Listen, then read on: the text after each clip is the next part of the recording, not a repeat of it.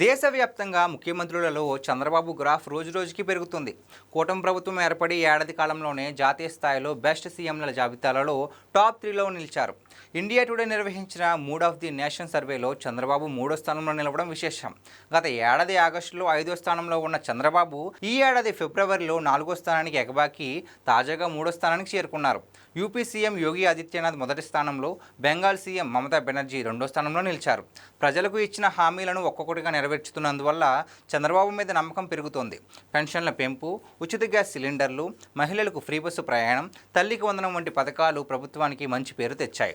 ఆర్థిక ఇబ్బందులు ఉన్నా సంక్షేమ పథకాలు అమలు చేస్తూ చంద్రబాబు ముందుకు వెళ్తున్నారు.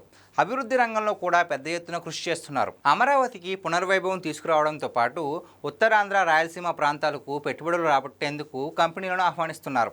ఇప్పటికే వేల కోట్ల పెట్టుబడులు ఏపీకి రావడానికి ఒప్పందాలు కుదిరాయి. గడిచిన ఏడాదిన్నర కాలంలో ఎలాంటి వివాదాలు లేకుండా సాఫీగా పాలన సాగుతుంది.